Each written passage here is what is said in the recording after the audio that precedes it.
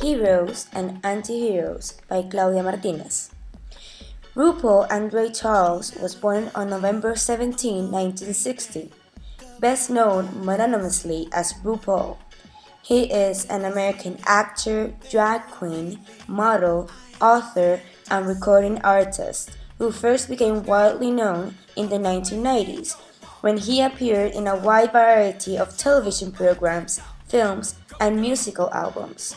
RuPaul is noted amongst drag queens for his indifference towards their gender-specific pronouns, used to address him both as he and she, and have been deemed acceptable. As stated in his autobiography, he says, "You can call me he, you can call me she, you can call me Regis and Kathy Lee. I don't care, just as long as you call me." He hosted a short-running talk show on VH1 and currently hosts the reality television show RuPaul's Drag Race. RuPaul is also known for his hit song Supermodel, You Better Work It, and CoverGirl. Now let's talk about drags. Drag is a person who is dressed as a woman, mostly for performing. Drag is also an acronym for dress resembling a girl, in which the term drag originates. This term is said to date back to Shakespearean times when male theatrical actors would play female roles. Going back to RuPaul's Drag Race, is it inspirational? Well, it is an inspiration for drag queens to be successful, to believe in themselves, to give everything they've got. He, she, it doesn't matter when you are talented and do what you love. He gives drag queens a chance. He helps other queens do the same and have the same opportunities as him. RuPaul knows of discrimination and has overcome the stereotypes and became successful. Sometimes the world doesn't need a hero. I'm going to describe different types of villains and that have the potential to be heroes. First up, we have Magneto from X-Men. He is considered a villain because he's just trying to save his race, the mutant race. He chooses poorly in terms of how to do it.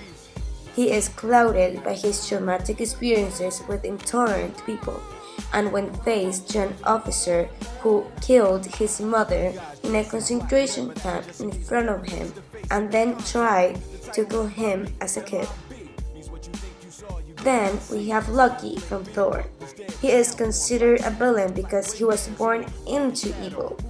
He literally is the god of evil and mischief, so he actually doesn't have a choice. But in spite of that, he fought against his nature and failed. But his brother still believes in him and tries to change him every time he can. Then, last but not least, we have Elsa from Frozen.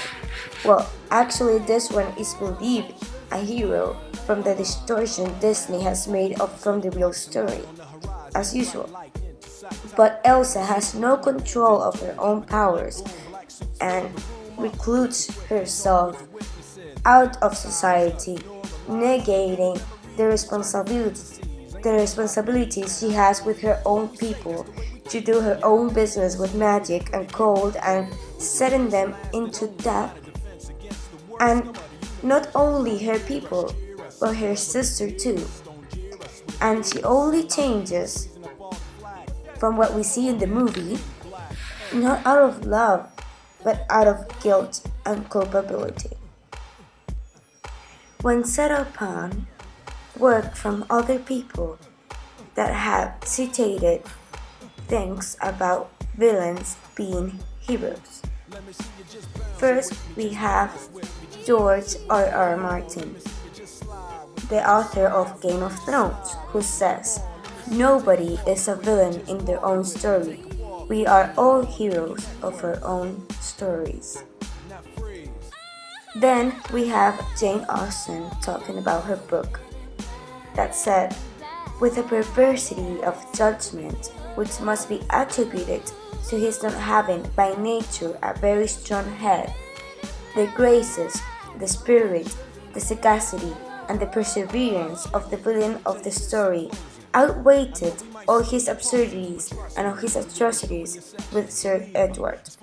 With him, such conduct was genius, fire, and feeling.